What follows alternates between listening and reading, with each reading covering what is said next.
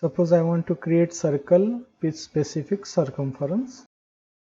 Click here on center radius, specify center point here, take your cursor away and click. Then to check circumference of this circle, click here on properties, or you can also type PR, enter, click, then select this circle. So here current circumference is this much. So to control this circumference, just click there and type. Suppose I want circumference of 2000. So just type there 2000 and enter.